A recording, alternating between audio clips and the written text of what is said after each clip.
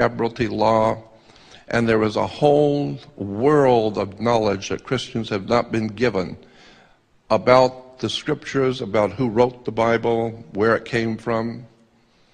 I have found that even Judaism is not a BC religion. It did not exist in the BC, so when we talk about ancient Jerusalem, there was no ancient Israel. Jerusalem, yes, but no ancient Israel. So when you think about and how you have preachers and religious leaders talk about ancient Israel this and ancient Israel that, in point of fact, Israel is not a BC religion. The whole concept of the Old Testament was developed right around the 9th, 10th, and 11th and 12th century AD. So that the Old Testament is not an ancient record of an ancient people. There was no ancient Israel. Two of the greatest scholars, archaeologists in Israel, have written a book called Unearthing the Bible. And these two men, these two archaeologists, are the best and the brightest of the archaeologists in Israel. And in their book, basically, that's what they said. There was no Moses, there was no King Solomon, there was no King David. The entire thing was written probably in the 8th, 9th, and 10th century AD in Europe, developed and ultimately taken. All of that was taken by the Jesuits in the Catholic Church and rewoven into a story and given to us today as an ancient Israel. There was no ancient Israel. Never existed.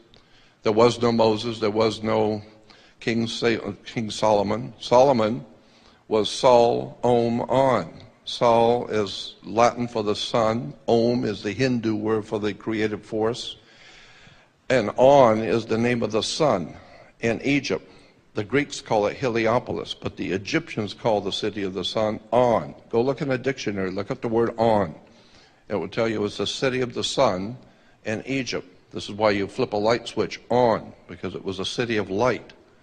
So you take Sol, Om, On, the three names of the sun in the ancient esoteric languages, it becomes Sol, Om, On, or Solomon. Even in the ancient Bibles, the old Bibles from the 12th, 13th, and 14th century, in the Bible, it didn't say King David. It kept talking about King Druid. And incidentally, the system of government and laws that we live under today in America and in the Western world is a Druidic system. America is a Druidic country. Canada is Druidic. Like I said, Western civilization is a Druidic establishment. The Druids were a very powerful priesthood in Europe, even before the Roman Empire existed. And they were the attorneys, the lawyers, the religious leaders, the politicians. It was called the Druidic system. And one of the most important symbols in the Druidic system was a magic wand, like Merlin the magician with his magic wand. And orchestra leaders and conductors use a magic wand. That's a Druid symbol. And the Druid symbol of the magic wand was made out of the wood of a holly tree. Made out of Hollywood. And the entire establishment in Hollywood is a Druidic system. So if you don't understand Druidic symbols, you'll never know what's going on in Hollywood and where they're being financed, who's financing them, and how this stuff really works in relation to government. There's an enormous amount of material out on the web showing pictures from motion pictures from 5, 6, 7 years before 2000. Before 9/11, in which 9/11 is in motion pictures. And the original film of Matrix, in the original Matrix movie, the star is giving some kind of an affidavit to sign, which is his identification or something. And the camera zooms in on it for just a moment when he's signing it.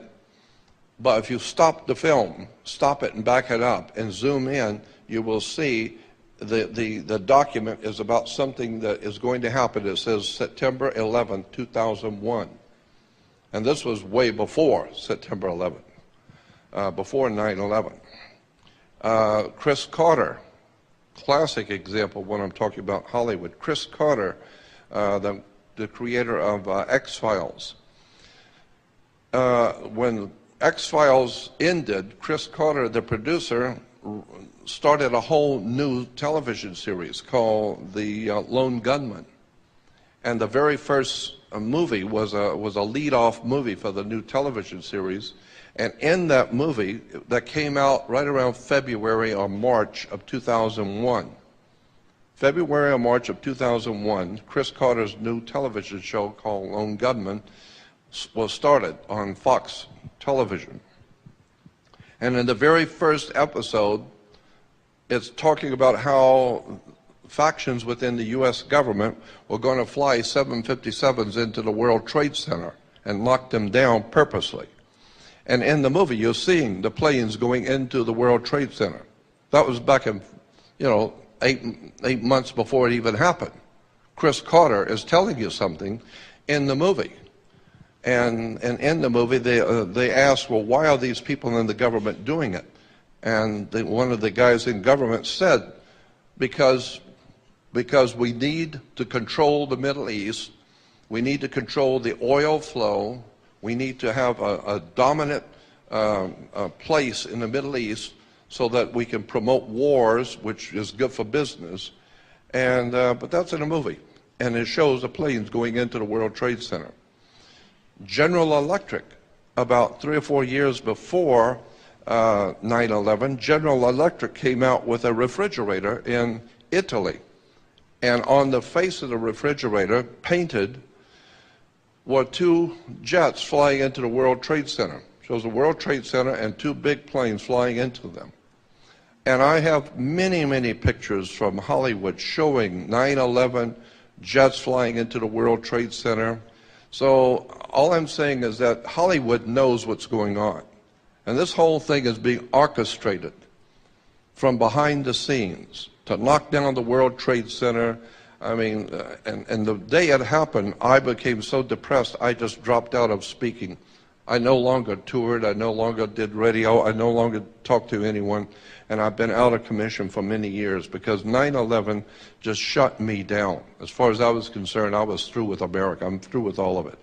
Because in any country that can buy 3 high-rises falling down into dust and not ask any questions about that, I just gave up. I thought,